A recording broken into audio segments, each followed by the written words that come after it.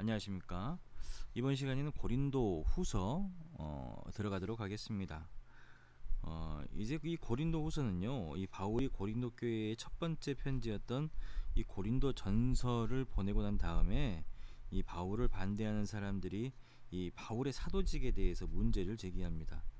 이 사람들이 이 바울의 사도직에 대해서 문제를 제기한 것은 인신공격을 하였는데, 바울이 변덕쟁이이고 거짓말쟁이이고 돈을 위해 일하는 사람이고 부정직하다라고 주장을 하게 되죠. 이에 대해 바울은 자신이 어떻게 사도로서 부르심을 받았는지 자세히 설명을 하게 됩니다.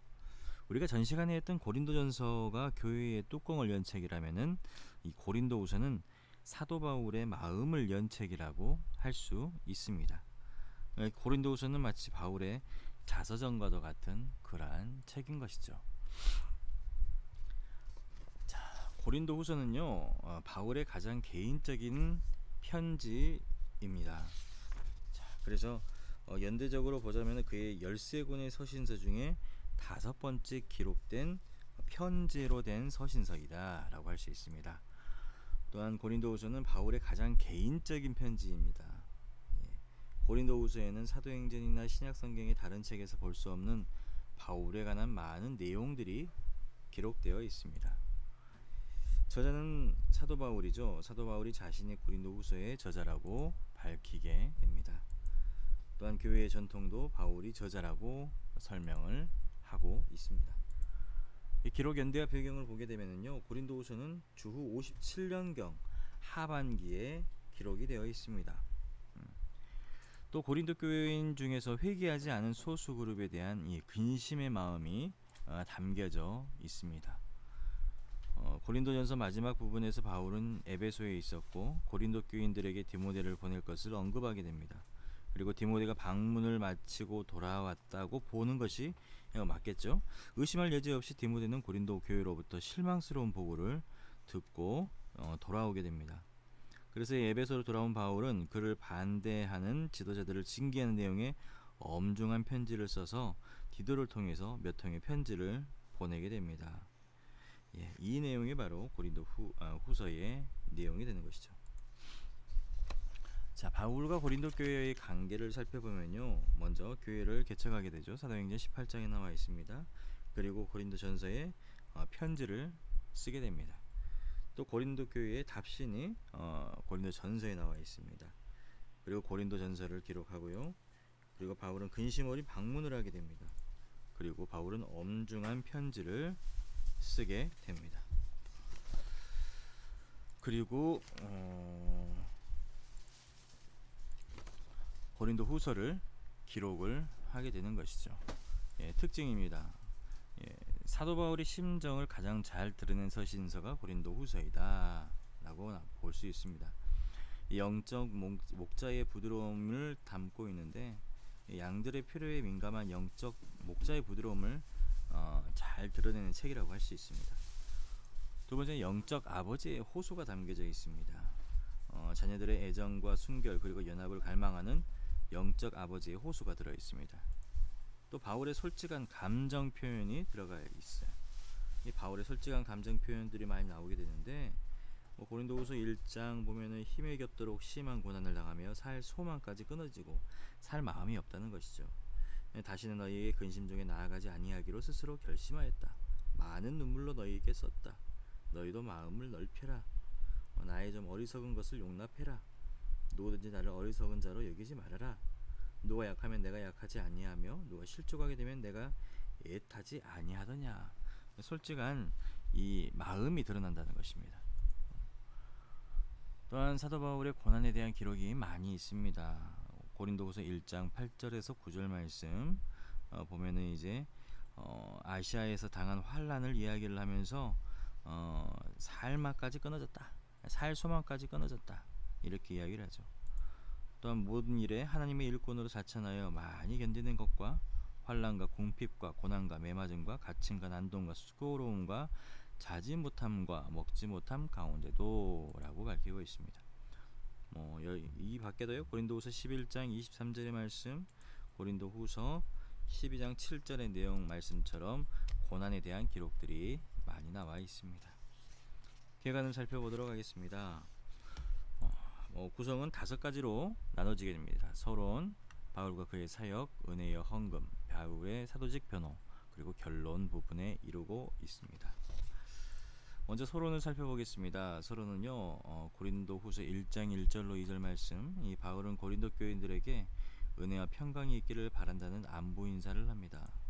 그리고 3장부터 7장까지 내용은 단지 자신의 삶뿐만이 아니라 다른 사람의 유익을 위한 사도 바울의 모든 삶의 경험은 하나님께 대한 순복 그 자체였다라고 밝히고 있죠.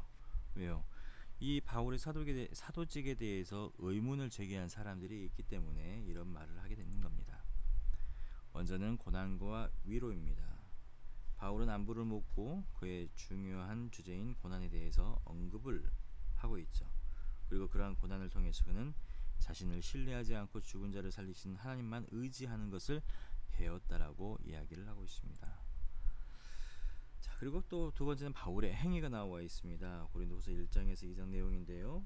이 바울은 약속한 방문이 연기된 것과 죄 지은 자에 대한 자신의 행동과 관련된 변론을 하게 되고, 이 문제의 발단이 이 바울의 방문이 연기된 것인데, 이 고린도 교인들은 그 자체를 바울의 성품의 결함으로 해석을 하고 맙니다. 신뢰하지 못한다, 이런 말로 하게 되는 것이죠. 세 번째로는 바울의 목회 철학입니다. 먼저 하나님의 선하심에 대한 감사를 드리고, 그리고 두 번째는 새 언약에 대해서 이야기를 하죠. 이 바울은 고린도에 와서 모세의 율법을 따라 살도록 신자들을 부추기는 율법주의자들에게 모세보다 더 나은 그리스도의 사역의 우수성, 그리고 새 언약 사이의 풍성함을 보여주게 됩니다. 그러면서 그들의 입장을 반박하게 되는 것이죠. 이 옛 언약과 새 언약, 이거를 비교해 보면은요, 먼저 옛 언약은 문자적으로, 그리고 새 언약은 영으로, 사람들에게는 사망으로, 그리고 새 언약은 생명으로. 이 매개체는 옛 언약은 이제 돌이죠. 십계명을 받았던 돌판, 새 언약은 성령으로. 그리고 옛 언약은 없어질 영광이고, 새 언약은 그리스도의 영원한 영광이 되게 됩니다. 옛 언약의 목적은 정죄이고요. 그리고 새 언약은 의입니다. 그리고 기간은 일시적이고 새 언약은 영구적인 것이다 라고 보여주고 있습니다. 또 바울의 사역의 기초를 고린도서 4장에서 보여주고 있는데요. 교회에 들어온 자기 충만한 율법주의자들과는 다르게 바울은 하나님의 긍휼하심으로 그의 직분을 받게 됩니다. 그리고 하나님의 부르심에 순종하며 바울은 진리 안에 살았고 진리 안에서 말을 했습니다. 사람들이 그 사실을 받아들이지 않는 것은 사탄이 그들의 마음을 가렸기 때문이라고 이야기를 합니다. 또 복음 사역자들의 고난을 통한 이 확신을 말해주고 있는데요. 바울은 깨어지기 쉬운 질그릇 같은 자신의 연약함과 그 안에 있는 보배, 즉 하나님의 영광을 아는 지식인 복음을 4가지로 비교를 하게 됩니다. 그 4가지는요, 사방으로 우겨쌈을 당한다는 것, 보배는 쌓이지 않는다는 것, 질그릇으로는 답답한 일을 당한다는 것, 보배는 낙심하지 않는다는 것, 박해를 받는다 할지라도 버림받지 않는다는 것, 거꾸로뜨림을 당한다 할지라도 망하지 않는 것, 이렇게 이 말을 들면서 이야기를 하게 되는 거죠. 화목의 사역입니다. 고린도서 5장의 내용인데요. 바울은 자신에게 주어진 사역과 화목하게 하는 사역을 전해야 하는 긴박성에 대해서 이야기를 하게 됩니다. 왜 이것을 전해야 되는지를 말해주고 있는 것이죠. 또 바울의 모범적인 사역에 대해서 이야기를 합니다. 고린도후서 6장의 내용인데요. 바울은 자신의 고난의 목록을 열거하면서 그의 진실성을 입증하고 그의 고난을 통해서 큰 희생을 치르며 사역을 했다라고 이야기합니다. 그리고 고린도 교인들을 향한 호소가 나오게 됩니다. 먼저 하나님의 성전인 신자들, 두 번째로는요, 두 번째로는 섬김을 위한 동기부여가 나오게 됩니다. 먼저 고린도 교회에 향한 호소에서 하나님의 성전인 신자들을 살펴보게 되면 너희는 너희는 멍에를 같이 하지 말라라고 하는 이 명제를 가지고 이야기를 합니다. 너희는 의로서 불법을 저지르지 말고 빛으로 어두움을 물리치고 그리스도로 사탄을 물리치고 믿는 자가 믿지 않는 자를 같이 하지 말고 하나님의 성전에서 우상들과 같이 하지 말라라고 대조적으로 보여주고 있습니다.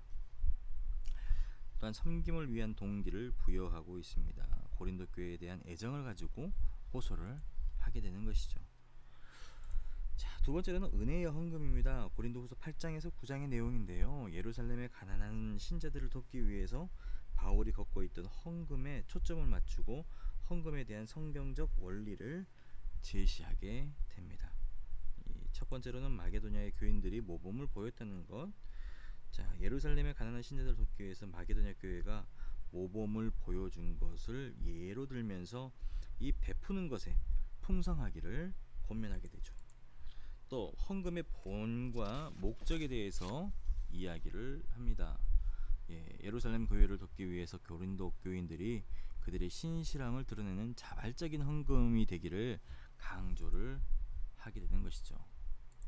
또 헌금의 정책입니다. 바울은 헌금을 거두려고 했던 어떤 실제적인 절차를 이야기를 하는데 자신의 유익을 구하는 것이 아니라 또 일에 관련된 사람들이 어떤 이 금전상의 실수나 비난을 받지 않기 위해서 기금을 신중하게 다루는 일을 설명을 하게 됩니다. 또 헌금의 원리에 대해서 이야기를 하는데요. 바울은 긍정적인 동기로 헌금에 참여하라고 조언을 하면서 헌금을 드릴 때에는 즐겨내야 한다는 것, 즐겨내는 것의 유익과 인색함이나 억지로 하는 일을 피하고 풍성하게 베푸는 일에 복과 영향에 대해서 이야기를 하게 됩니다.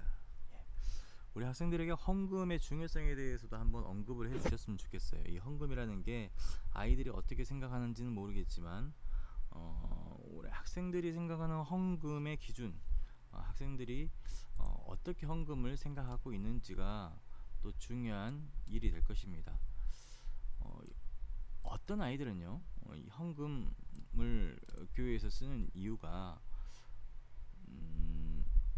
교육자들의 사례비를 위해서, 교회 운영을 위해서 이렇게 이제 이야기를 하지만 단지 일부분이며 교회에서 하는 일들을 위해서 함께 이 헌금을 내며 하나님 사역을 위해서 낸다는 것을 또 이야기를 해주셨으면 좋겠습니다. 그리고 또 헌금을 내는 사람의 올바른 마음가짐에 대해서도 한번 이야기를 해주시면 좋을 것 같습니다. 또 바울의 사도직을 변호를 하고 있습니다. 이 고린도 후서가 이제 이 고린도 전서에 나와 있는 내용들, 그래서 교회의 분열과 그리고 교회의 문제점에서 이야기를 하자 거짓 선지자들에 의해서 선동되었던 이 일부 사람들이 바울이 사도직을 걸고 넘어졌었는데 한마디로 그겁니다.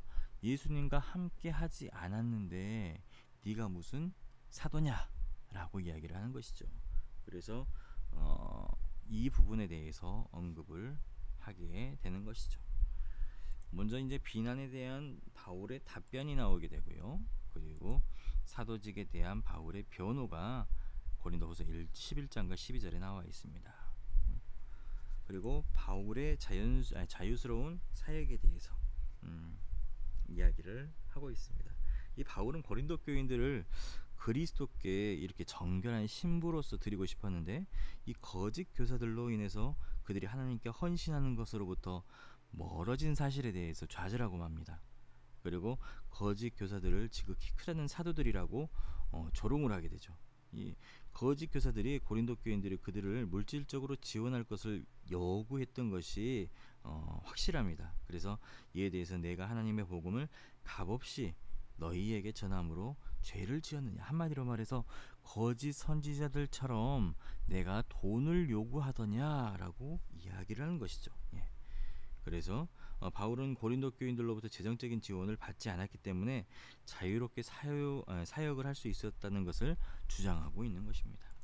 또한 바울의 봉사와 고난에 대해서 이제 밝히고 있습니다. 그래서 성공담이 아니라 실패를 이야기하면서 자신의 연약함을 오히려 자랑하게 되는 것이죠. 수없이 많은 낙심되는 상황과 어려움을 통해서 하나님이 자신의 종 바울을 초자연적으로 붙드신 것을 증명하게 됩니다. 또한 바울의 환상과 계시에 대해서 고린도 후서 12장에는 나와 있어요. 특별한 환상과 계시를 받았지만은 이 초자연적인 경험을 자신의 자랑거리로 삼지 않았다는 거예요. 그래서 이 사건을 통해서 내가 그 믿음을 강하게 해주셨고, 오히려 바울에게 육체의 가시를 주셔서, 그래서 그의 한계를 깨닫게 하고 겸손하게 만들어 주셨다라고 하고, 또 유명한 말이죠. 내 은혜가 내게 족하다라고 하는 것이 고린도후서 12장 9절에 내용이 나와 있습니다. 또 선의에 대한 맹세가 나오게 됩니다. 자, 이 바울은 조롱하는 말로 고린도 교인들에게 돈을 가져갔던 이 거짓 사도들과는 다르게 자신이 그들에게서 돈을 가져가지 않은 것에 대해서 용서해 달라고 이야기를 합니다. 그래서 거짓 사도들은 바울이 디도와 같은 대리인을 내세워서 교묘하게 이 돈을 뜯어갔다고 비난을 하지만은, 바울은 고린도 교회의 돈을 사용한 일은 없을 것이라고 이제 맹세를 하게 되는 것이죠. 또 바울이 다가오는 방문에 대한 훈계를 합니다. 자, 이제 긴박감을 가지고 진지하게 이야기를 합니다. 그래서 바울은 전에 죄를 지은 사람들이 회개해서 내가 이 고린도 교회에 방문할 때에 사도적 권위로 그들을 심하게 징계하지 않았으면 하는 소망을 호소하게 됩니다. 한마디로 그들에게 크게 나무라는 일이 없도록 그랬으면 좋겠다라고 이야기를 하는 것이죠. 그래서 이제 사도적 권위를 넘어뜨리려 하지 않고 세우려 하는 일에 사용하고, 그리고 엄하지 않게 할 것이라고 이렇게 설명을 하게 됩니다. 결론입니다. 그의 긴 편지를 마감하면서 바울은 고린도 교회 공동체가 잘 되기를 이제 바라는 마음으로 마무리를 하게 됩니다. 예. 자기가 세운 교회이기 때문에 이 고린도 교회가 분열이나 거짓 선지자들의 선동이 없이 그저 성령께서 함께 하셔서 잘 자라나기를 바라고 있는 마음을 표현을 하게 되죠. 자, 그리고 주제입니다. 이 고린도 후서의 주제는 로버트 리라는 사람이 있어요. 이 사람이 어떤 말을 했냐면은, 이 편지를 분석하는 것은 거의 불가능하다. 바울의 서신서 중에서 가장 조직적이지 않다. 마치 아프리카의 강을 연상시킨다. 한동안은 평탄하게 잘 흘러서 아주 만족스럽다가 그의 마음속 깊은 곳이 무너질 때는 갑자기 큰 홍수가 나며 대격변이 일어나는 것 같다라고 이야기를 했는데, 한마디로 말해서 바울이 심적인 마음, 그러니까 누구에게도 이렇게 하지 않았던 내 속마음을 털어놓은 책이 바로 고린도후서라고 할 수 있습니다. 이런 어려움에도 불구하고 바울이 그를 반대하는 사람들에게 자신을 변호하는 내용이 서신서 전반에 걸쳐서 나타나고 있다는 것이죠. 또 바울의 사도직과 메시지에 대한 그의 변호가 나와 있습니다. 두 번째로는 고난이라는 것이죠. 또 세 번째는 인간의 연약함 가운데 역사하시는 하나님의 능력이라는 것입니다. 고린도전서와 고린도후서의 비교를 해보면 체계적이고 체계적이지 않고, 객관적이고 주관적이고, 교회의 특징과 상황에 대한 통찰력을 제공하고, 후서는 바울의 성품에 대한 통찰력을 제공합니다. 고린도서는 의도하고 쓴 것, 그리고 고린도후서는 감정에 의한 감동적인 내용, 그리고 전서는 세속적이고 이방의 영향에 대해 경고를 하고, 후서는 유대주의에 대한 경고를 하게 됩니다. 전서는 실제적이고 후서는 개인적인 것이다 라고 볼 수 있습니다. 목적은요, 바울의 사도적 권위를 변호하고 입증하기 위한 것입니다. 이 바울의 반대자들은 세 가지 공격 형식을 취하는데요. 첫 번째는 바울 자신을 공격하고, 그리고 바울의 인격을 공격하고, 세 번째로는 바울의 가르침을 공격을 했습니다. 이에 대해서 바울은 답변이 자기 자신에 대해서 이야기를 하고 자신의 인격에 대해서 이야기를 하게 되는 것이죠. 또 예루살렘에 있는 가난한 성도들을 위해서 헌금을 걷는 일과 헌금에 관한 교훈을 주기 위함이었습니다. 또 세 번째는 회개하는 반대자에게 필요한 교훈을 주기 위함이었습니다.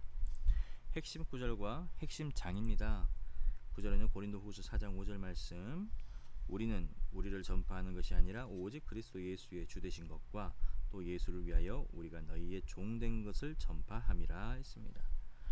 고린도후서 5장 18절로 19절 말씀, 모든 것이 하나님께로부터 나왔으며 그리고 우리에게 화목하게 하는 직분을 주셨으니 그들의 죄를 그들에게 돌리지 아니하시고 화목하게 하는 말씀을 우리에게 부탁하셨다라고 핵심 구절이 나와 있습니다. 또 후서 9장 7절의 말씀처럼 각각 마음에 정한 대로 할 것이요 헌금을요 인색함으로나 억지로 하지 말지니 하나님은 즐겨내는 자를 사랑하시느니라. 핵심장은 12장입니다. 이 보여주신 특별한 경험 그리고 육신의 고통에 대한 그의 은혜의 깨달음을 담고 있는 고린도후서 12장, 이것이 핵심장이 됩니다. 가장 인간적인 면과 그를 이 바울을 겸손하게 하시는 주님, 그리고 연약함을 통해서 주님의 능력을 깨닫게 하시는 은혜에 대한 감사와 기쁨을 고백하는 게 바로 12장입니다. 내용이 이렇게 쭉 나와 있죠. 한 번씩 읽어보시고요. 적용입니다. 우리가 인생을 살면서 어떠한 경우에도 낙심할 필요가 없습니다. 우리 안에 보배가 있기 때문입니다. 우리의 겉사람은 낡아지지만 속사람은 성장하며 새로워지기 때문입니다. 잠시 받는 환난보다 더 큰 영원한 영광이 있기 때문입니다. 보이는 것을 주목하지 말고 보이지 아니하는 것을 주목하기 때문입니다. 또 영원한 몸을 받기 때문입니다. 또 어떠한 형태에서든지 드리고 베푸는 일을 즐거워하라는 것이죠. 주는 것이 받는 것보다 복이 있다라는 말씀처럼요. 세 번째, 인생의 고난과 연약함을 고통이라는 적으로 받아들이지 말고 하나님의 은혜를 배우는 도구로 받아들이라는 것이죠. 이 연약함은 우리를 겸손하게 만듭니다. 이 약하기 때문에 우리가 하는 것이 아니라 하나님께서 함께 해주신다는 겸손의 마음을 만들게 됩니다. 또한 연약함은 우리를 기도하도록 하기 때문에 부족하니까 채워달라고 기도할 수밖에 없겠죠. 또 연약함은 우리의 관점을 바꾸어 줍니다. 나에게 있는 관점에서 하나님에게 있는 관점으로 바뀌게 됩니다. 불평과 원망을 감사함과 기쁨으로 보내게 되고요. 또 이기적인 삶에서 이타적인 남을 위한 삶으로 바뀌게 되는 것입니다. 여기까지가 고린도 후서의 내용입니다.